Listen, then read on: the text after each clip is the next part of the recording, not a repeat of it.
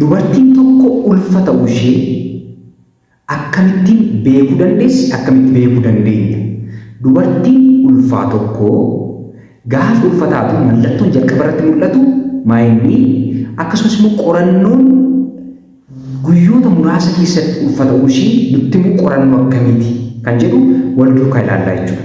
Dubartiin tokko erga marsaan laguu ishee itti dhufee guyyaa 14ffaa irratti naannoo guyyaa 14ffaa irratti hanqaaquun ovaalirraa gadhiifamee gara gadameessaa ujubboo gadameessaa deemee ujubboo gadameessaa keessatti yoo sanyii dhiiraa faana wal argate fertilization gaggeeffamu zaayigootii uumamuu danda'a. Inni kuni marsaan laguu ishee utoo dhufiin inni lammaffaa ta'uu dhufiin guyyaa 14ffaa guyyaa 14 as aansee jechuudha. Inni lammaffaa ta'uu dhufiin jechuudha. Yookaan guyyaa 28 dhufa taanaan immoo marsaan laguu ishee dhufee guyyaa 14ffaa irratti carraan ulfi uumamuu kan jiraatu jechuudha. Naannoo guyyaa 14ffaa carraan ulfi uumamuu ni jiraata jechuudha. Yeroo kana ulfi uumame kan jedhamu. Ulfi immoo kan uumamu zaayigootiin kan uumamu ujubboo gadameessaa keessatti ta'ee guyyaa 6 haga guyyaa 7 torbee tokko keessatti gara gadameessaatti deebi'ee impilaantii ta'a. Gaafa sana dubartiin suni mallattoo tokko tokko argisiisuu dandeessi.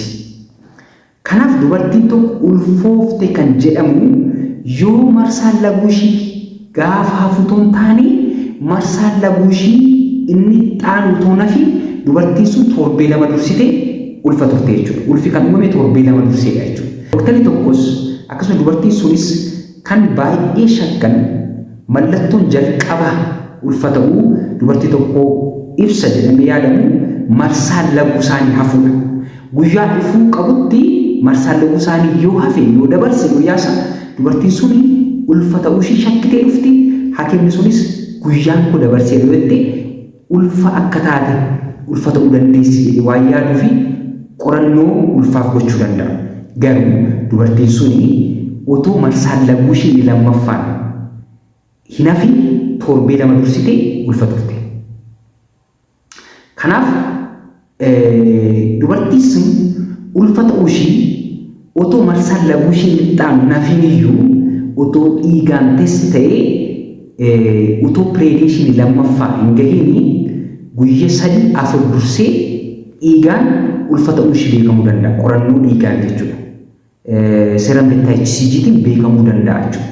Hormoonii HCG jedhamu dhiigarraa qoratamee beekamuu danda'a jechuudha.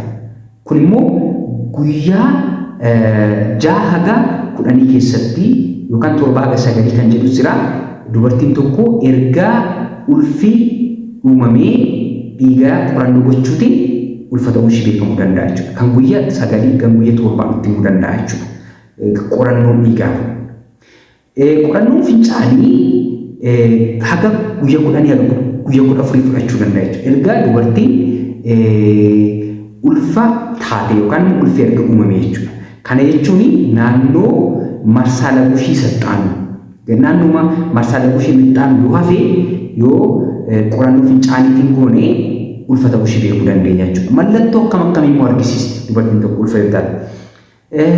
Mallattoo isheen argisiistu handhuuraa gadi dhukkubbiitti dhaga'amuu danda'a. Akkasumas immoo dhiiga xiqqoo arguu dandeessi jechuudha. Inni kun immoo jalqabaa ulfii zaayigootiin yookaan sanyii dhiiraa fi sanyiin hanqaaquun ujubboo gadameessaa keessatti fertilization zaayigootiin erga uumamee gaafa gadameessatti dhufee impilaantii ta'u gadameessa keessatti gaafa deebi'u naannoo sana xiqqoo dhiigni mul'achuu danda'a. Xiqqoo dhiigni xabbi jedhe xiqqoo kan ta'e mul'achuu danda'a. Kun immoo namoota hundarratti mul'ata jechuu miti. Inni kuni gaafa gadameessatti deebi'uudha jechuudha. Ulfi uumame sun gara gadameessatti torbee tokko keessatti ni deebi'a. Guyyaa 6-9 guyyaa 6-10 kan jedhu jira. Garuu namni torbee tokko guyyaa 7 keessatti ni deebi'a jechuudha gara gadameessatti. Gaafa sana wanta xabbi jedhee arguu dandeessa arguunis dhiisuu dandeessa jechuudha. Inni gara biraanii olol isaan jechuu danda'a. Nyaanni isaan jibbisiisuu danda'a. Akkasumas immoo inni tokkoffaa fi inni olaanaan hakiimas akka shakkuu dubartiin sunis akka shakkitu kan ishee taasisu marsaan laguu ishee yeroo dabarsudha. Inni kuni yeroo baay'ee mallattoo isaa olaanaadha jechuudha. Marsaan laguu isaanii yeroo isaarra yoo dabarse walquunnamtii saalaa yoo qabaatanii carraan ulfa ta'uu isaanii guddaa waan ta'eef ulfa sanaaf qorannoo gochuu danda'u jechuudha. Marsaa dhabuu isaanii yoo dabarse guyyaa isaa fincaanii yoo ilaalaman illee argisiisuu danda'a jechuudha. Dhiigaan yeroo baay'ee marsaan laguu ixaanu ta'uu hin gahiin fakkeenyaaf dubartiin tokko marsaan laguu ishii gaafa guyyaa tokko yoo dhufee walqunnamtii saalaa immoo naannoo guyyaa 10 irratti yoo qabaatte ulfa ta'uu ishii yoo shakkise marsaan lammaffaa gaafa guyyaa 29 yoo ta'e gaafa naannoo guyyaa 14 guyyaa 13 walqunnamtii saalaa qabaatte naannoo guyyaa 25 irratti too marsaan laguu ixaanu hin gahiin ulfa ta'uu ishii baay'ee yoo shakkite maal gochuu qabdi yeroo kana dhiigarraa qorannoo gochuutiin ulfa ta'uu dhabuu ishii adda baasuu dandeessi jechuudha. Guyyaa 25 irratti kana jechuun erga ulfi uumamee guyyaa 10ffaa guyyaa 9ffaa irratti dhiigaan ni mul'ata jechuudha. Guyyaa 7 kaasee mul'achuu danda'a jechuudha. Walumaa galatti ergaan kuwarraa ulfi suspect gochuun mallattootiin ni danda'ama. Konfirmi kan nuti goonu immoo qorannoo gochuudhaan qorannoo dhiigaan yookaan qorannoo fincaaniitiin gochuun beekuun ni danda'ama jechuudha. Akkasumas immoo qorannoo altiraasaawundiis gochuun ni danda'ama jechuudha.